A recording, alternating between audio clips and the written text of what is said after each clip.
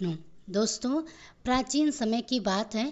काशी नगरी में दयानिधि नामक एक निडर ब्राह्मण रहा करता था। वह अत्यंत ही धार्मिक प्रवृत्ति का था और सदैव भगवत भक्ति में लीन रहता था, परंतु निर्धनता के कारण वह भोजन भी बड़ी कठिनाई से जुटा पाता। फिर भी वह ईश्वर की महिमा पर अटूट विश्वास रखता था और माघ मास में गंगा स्नान और दान पुण्य का विशेष रूप से पालन किया करता। एक दिन दयानिधि बहुत ही चिंतित था। उसने सोचा कि इस बार माघ पूर्णिमा आ रही है, किंतु मेरे पास तो दान करने के लिए कुछ भी नहीं है। आखिर मैं क्या करूं? उसी रात उसे एक दिव्य स्वप्न आया। एक तेजोमय ऋषि स्वप्न में प्रकट हुए और बोले, वत्स, जो भी सच्चे मन से पुण्य की कामना करता है उसे ईश्वर अवश्य ही सहायता प्रदान करते हैं। इस पूर्णिमा पर तुम जो भी श्रद्धापूर्वक दान करोगे वह सहस्त्र गुना होकर लौटेगा। सुबह होते ही दयानिधि ने अपने घर में देखा तो उसे आंगन में कुछ मुट्ठी भरा अनाज और पुराने वस्त्र मिले। उसने सोचा, यही मेरी श्रद्धा की परीक्षा है। वह गंगा तट पर आया, स्नान किया और वहां एक भूखे साधु को अपना अन्न और धुले हुए वस्त्र दान कर दिए। जैसे ही उसने यह दान किया, उस साधु का स्वरूप अचानक से बदल गया। वह स्वयं भगवान विष्णु थे। उन्होंने प्रसन्न होकर कहा, हे ब्राह्मण, तुमने अपनी श्रद्धा और निष्काम भाव से जो कुछ भी दान दिया है वह मुझे प्रिय लगा। अब मैं तुम्हें वरदान देता हूँ कि तुम्हारे घर में कभी भी अन्न धन की कमी नहीं होगी। तुम्हारे कुल में आने वाली पीढ़ियाँ भी धर्म का पालन करेंगी। जैसे ही भगवान अंतर्ध्यान हो गए, उधर दयानिधि ब्राह्मण के घर में अपार संपत्ति का भंडार प्रकट हो गया। वह केवल धनिक ही नहीं बल्कि धर्म और सेवा में भी अग्रणी बन गया। तो इस कथा से हम सभी को शिक्षा यह मिलती है कि माघ पूर्णिमा का स्नान और दान केवल लौकिक लाभ ही नहीं बल्कि आत्मिक उन्नति भी प्रदान करता है। सच्चे मन से किया गया पुण्य कर्म भगवान को समर्पित हो जाता है और जीवन में सुख समृद्धि लाता है। पर युग में एक समय की बात है, यशोदा मैया जी ने भगवान श्री कृष्ण से कहा कि हे श्री कृष्ण, तुम सारे संसार के उत्पन्न करता, पोषक और उसके संहार करता हो। आज कोई ऐसा व्रत मुझसे कहो जिसे करने से मृत्यु लोक में स्त्रियों को विधवा होने का भय ना रहे। साथ ही यह व्रत हर प्रकार की मनोकामनाओं भी पूर्ण करने वाला हो। तब मैया यशोदा की बात को सुनकर भगवान श्री कृष्ण कहने लगे, हे माते, आपने अति सुंदर प्रश्न किया है। मैं अब आपसे ऐसे ही व्रत को सविस्तार कहता हूँ। ध्यान पूर्वक सुनो। सौभाग्य की प्राप्ति के लिए स्त्रियों को 32 पूर्णमासी का व्रत करना चाहिए। इस व्रत को करने से स्त्रियों को सौभाग्य, सुख, संपत्ति का आशीर्वाद प्राप्त होता है। यह व्रत अचल सौभाग्य देने वाला है और भगवान शिव के प्रति मनुष्य मात्र की भक्ति को बढ़ाने वाला है। श्री कृष्ण के ऐसे वचन सुनकर मैया यशोदा कहने लगी, हे श्री कृष्ण, सर्वप्रथम इस व्रत को मृत्युलोक में किसने किया था? इसके विषय में विस्तार पूर्वक मुझे बतलाओ। तब श्री कृष्ण कहने लगे कि हे माते, इस भूमंडल पर एक अत्यंत प्रसिद्ध राजा चंद्रहास ने से पाली अनेकों प्रकार के रत्नों से परिपूर्ण कार्तिक का नाम एक नगरी थी। वहां पर धनेश्वर नाम का एक ब्राह्मण अपनी पत्नी के साथ रहा करता था। उसकी पत्नी अति सुशीला और रूपवती थी। दोनों ही उसी नगरी में बड़े ही प्रेम के साथ रहते थे। उनके घर में धन धान आदि की कोई कमी नहीं थी। उनके जीवन में सब कुछ था, परंतु उनके जीवन में एक बहुत बड़ा दुख लिया था। उस दुख का कारण था उनकी कोई संतान न होना, जिस कारण वह पति पत्नी अत्यंत दुखी ही रहा करते थे। एक समय की बात है, एक बड़ा तपस्वी उस नगरी में आया। वह तपस्वी योगी उस ब्राह्मण के घर छोड़कर अन्य सभी घरों से भिक्षा लाकर भोजन ग्रहण किया करता था, परंतु उसने कभी भी रूपवती से भिक्षा नहीं ली। उस योगी ने एक दिन रूपवती से भिक्षा ना लेकर उसी के पास के किसी घर से भिक्षा ली और नदी किनारे जाकर उस भिक्षा से मिले हुए भोजन को वह प्रेम पूर्वक खा रहा था। तभी कि धनेश्वर ने योगी का यह सब कार्य किसी प्रकार से देख लिया। अपनी भिक्षा के अनादर से दुख होकर धनेश्वर नाम का ब्राह्मण तपस्वी योगी से कहने लगा, हे महात्मा, आप सभी घरों से भिक्षा लेते हैं, परंतु मेरे घर की भिक्षा आप कभी नहीं लेते। इसका क्या कारण है? तब तपस्वी ने कहा कि निसंतान के घर की भीख पतितों के अन्न के तुल्य होती है और जो पतितों का अन्न ग्रहण करता है वह खुद भी पतित हो जाता है।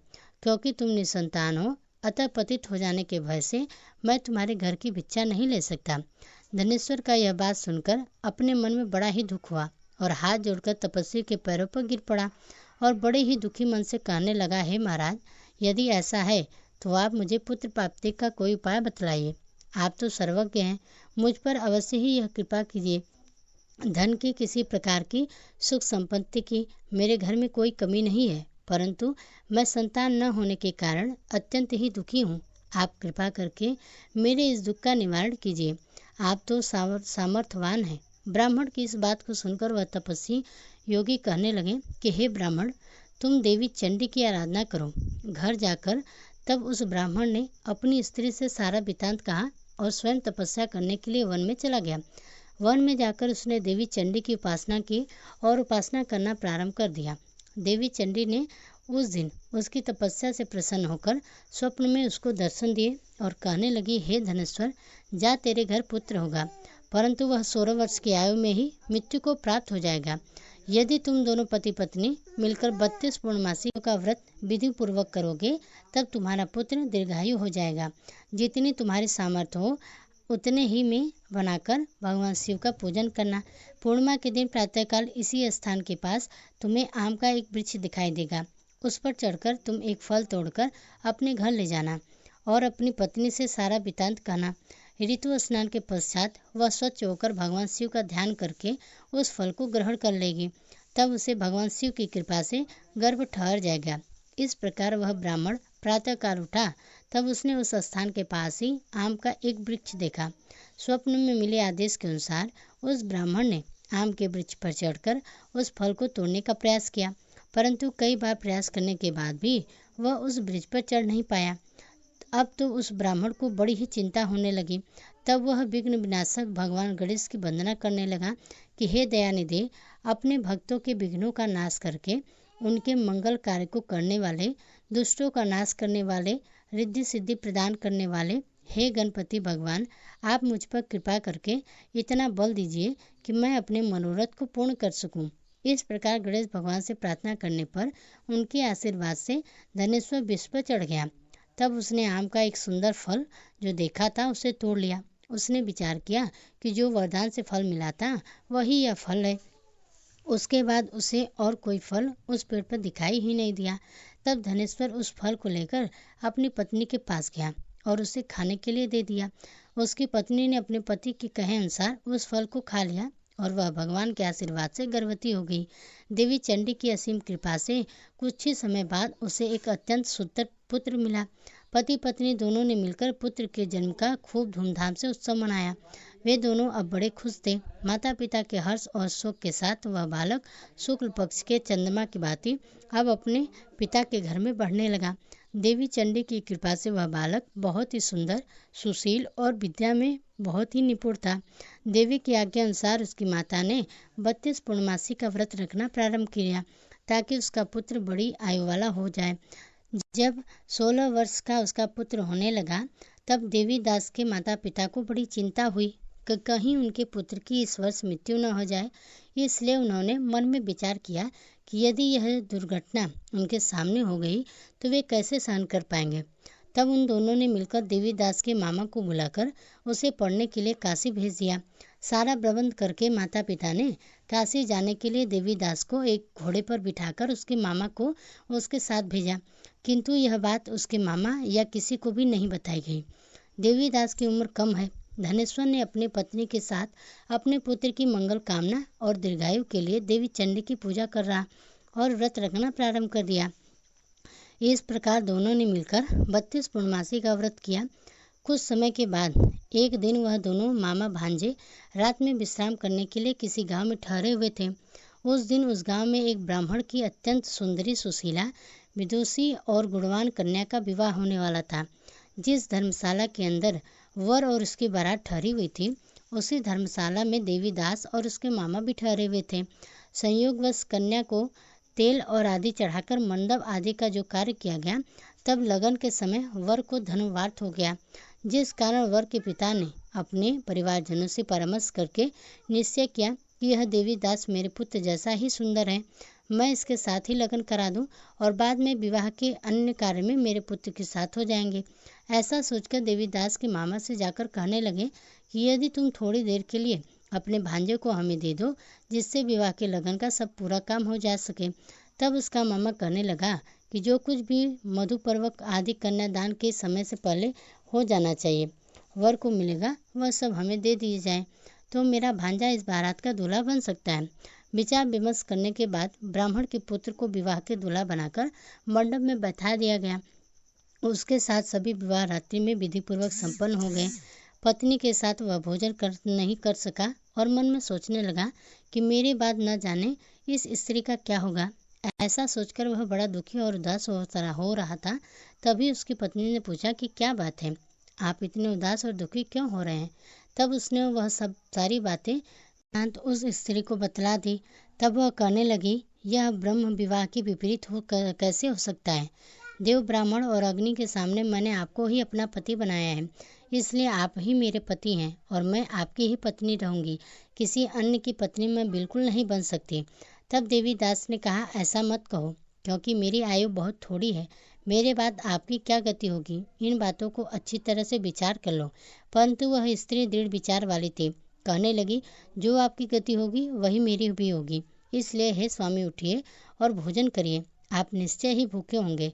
इसके बाद देवीदास और उसकी पत्नी दोनों ने मिलकर भोजन किया और शेष रात वे इसी तरह से बातें करते रहे। प्रातःकाल जागने पर देवीदास ने अपनी पत्नी को 3 नगों से जड़ी हुई एक अंगूठी दी और एक रुमाल दिया और कहने लगा, हे प्रिय, इसे अपने पास रखो और संकेत समझकर स्थित मन हो जाओ। मेरा मरण और जीवन जानने के लिए तुम्हें एक पुष्प वाटिका बनानी होगी।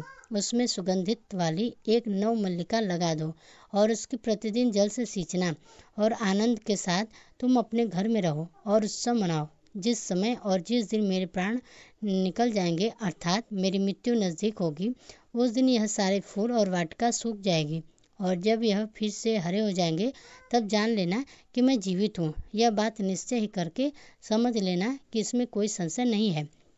ऐसा समझाकर वह वहाँ से चला गया। प्रातःकाल होते ही वहाँ से गाजे बाजे बजने लगे और जिस विवाह कार्य समाप्त करने के लिए वर और सभी बाराती मंडप में आए, तब कन्या ने वर को भली भांति से देखकर अपने पिता से कहा कि यह मेरा पति नहीं है। मेरा पति तो वही है जिसके साथ रात्रि के समय मेरा पारिग्रहण हुआ था। इसके साथ तो मेरा विवाह हुआ ही नहीं।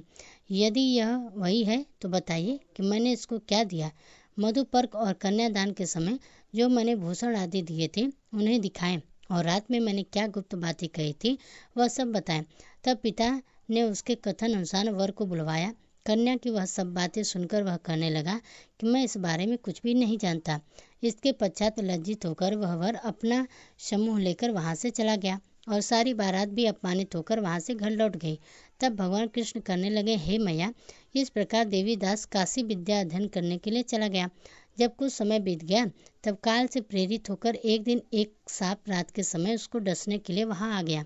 उस बिस्तर के प्रभाव से उसने सोने का स्थान चारों ओर से विष का ज्वाला से विषैला हो गया, परंतु व्रत रखने के प्रभाव से उसको उस सर्प सांप ने नहीं डस पाया, क्योंकि पहले ही उसकी माता ने 32 पूर्णमासी का व्रत धारण किया हुआ था।